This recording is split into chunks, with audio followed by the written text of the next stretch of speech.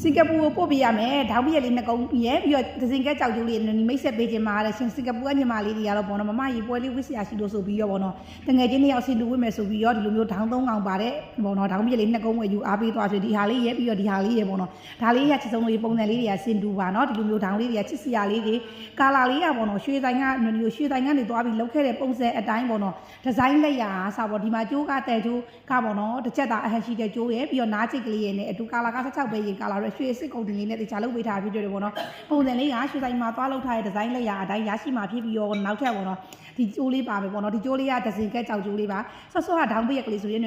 ကုန်းကိုမြန်မာငွေကျပ်3000စုံစုံလေးနဲ့ရောင်းချပေးလိုက်တာဖြစ်ပြီးနောက်ထပ်ဒီဒဇင်ကက်ကြောက်ကျိုးလေးပေါ့နော်ဒါလေးဆိုလို့ရှိရင်ကြောက်ကစားပေါ့နော်ကြောက်ရီကြောက်သွေးရစားအရန်ကိုလှတယ် frame ငါးစားပေါ့နော်ဒီလိုမျိုးနည်းစရာပစ္စည်းလေးတွေဝယ်တဲ့အခါမှာပေါ့နော်ဒီကြောက်လေးတွေပြုတ်ထွက်မှာလုံးဝစိတ်ပူစရာမလိုဘူးစွန်ကုန်းနဲ့တိတိချာချာတိတိတက်တက်နဲ့လုပ်ပေးထားတယ်ပေါ့နော်ဒီဒဇင်ကက်ကြောက်ဆိုတဲ့အကိတ်ပါအပြင်မှာပို့ပြီးလာတဲ့ချစ်ဆုံးတို့ယူဒီမှာအရန်တည်တက်လှပါတဲ့ဒီဇိုင်းနဲ့လုပ်ပေးထားတာဖြစ်ပြီးတော့ပေါ့နော်ဒီမှာတို့ရဲ့ဒီကြောက်ကျိုးလေးဆိုရင်မြန်မာငွေကျပ်ပေါ့နော်သူများတွေ4000 5000ရောင်းနေတဲ့အချိန်မှာမြန်မာငွေကျပ်3000စုံစုံလေးနဲ့ရောင်းချပေးလိုက်တာဖြစ်တဲ့တော့နော်ချစ်ဆုံးလေးရပေါ့နော်